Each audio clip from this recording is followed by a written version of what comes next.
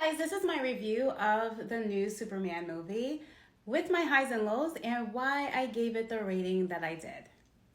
We basically skipped the origin and jumped straight into action. I thought David Corenswet does an amazing job as a new Superman, and guess who saves him? Krypto, his adorable cape-wearing superdog who's chilling in the frozen tundra being cared for by robots that are like, we don't play fetch, bro. Not gonna get that from us. Then boom, Superman is recharged by the sun. He is healed. Classic. Can we talk about that variation of John Williams' iconic theme song from the 1970s? I was so amazed by that. I love that song. Lois already knows Clark is Superman and they're in this full-on relationship. The Green Lantern even explains the hypno glasses wearing thing, which really makes sense. That was explained, but Superman no longer has super hearing and x-ray vision. He's kind of just blinded to the fact that Lex Luthor is right near him when he is fighting Ultraman. And all his people are plotting like right there. They're right there. Now let's talk about Lex Luthor. Nicholas Hoult kills it as Lex Luthor. He's got Superman's DNA somehow, clones him into Ultraman, and uses that DNA to break into the Fortress of Solitude.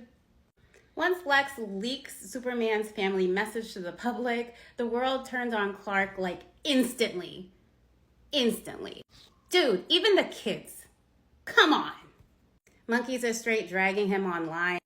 Lex even murders the only person that is standing by Superman during this trying time, his friend, the shop owner, in a very short game of Russian roulette. Very short. It did not go as planned.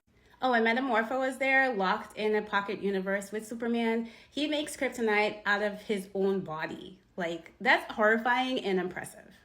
Then the Justice gangsters show up, Green Lantern, Hawk Girl, and Mr. Terrific, who's unintentionally hilarious and definitely my favorite.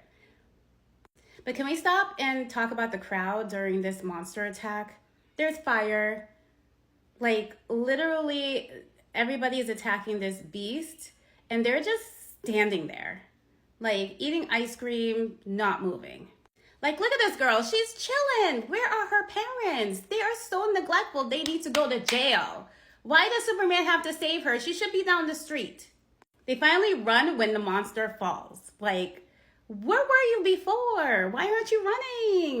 And another thing, that bridge scene when Superman saves that woman from a falling whole skyscraper, and there was straight traffic before. Nobody can move. People were walking on the bridge because they couldn't take their cars through. And suddenly the bridge is empty when she drives off. Empty. Like, I live near traffic. That's not how things work. Anyway, Superman sends his clone into another universe, which is a good setup for him to come back in another sequel. Krypto hilariously smashes Lex back and forth, kind of like Hulk smashing Loki in the Avengers movie, which was really cool. I thought that was fun. Then there's this girl. I liked her a lot. She was actually the smartest one in the room the whole time, and everyone just thought she was dumb and stupid, which I thought was a good twist, you know. We are finally introduced to the new Supergirl, Superman's drunk cousin, who only goes to galaxies where there are red suns so she can get drunk. That was her introduction.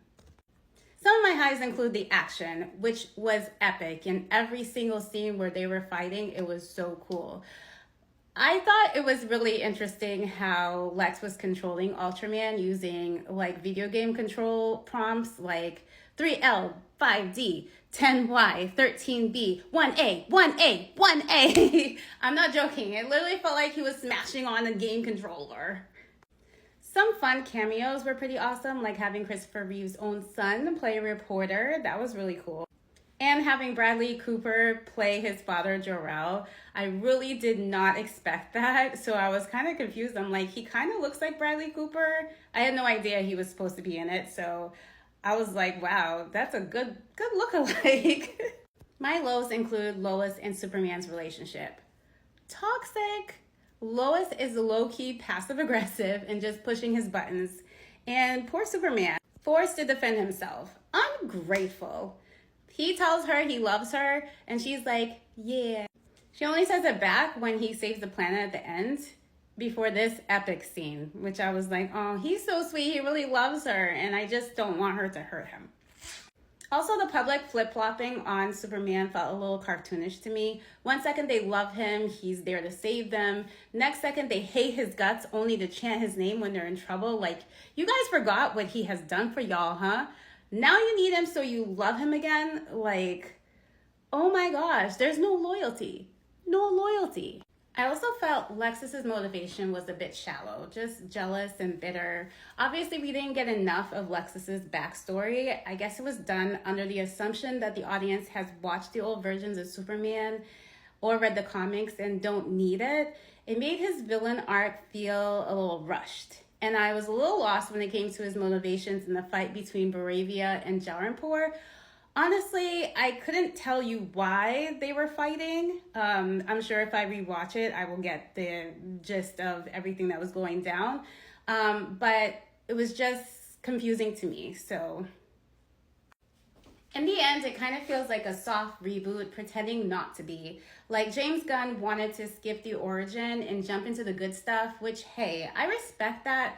But without laying enough foundation, some of it felt a bit unearned.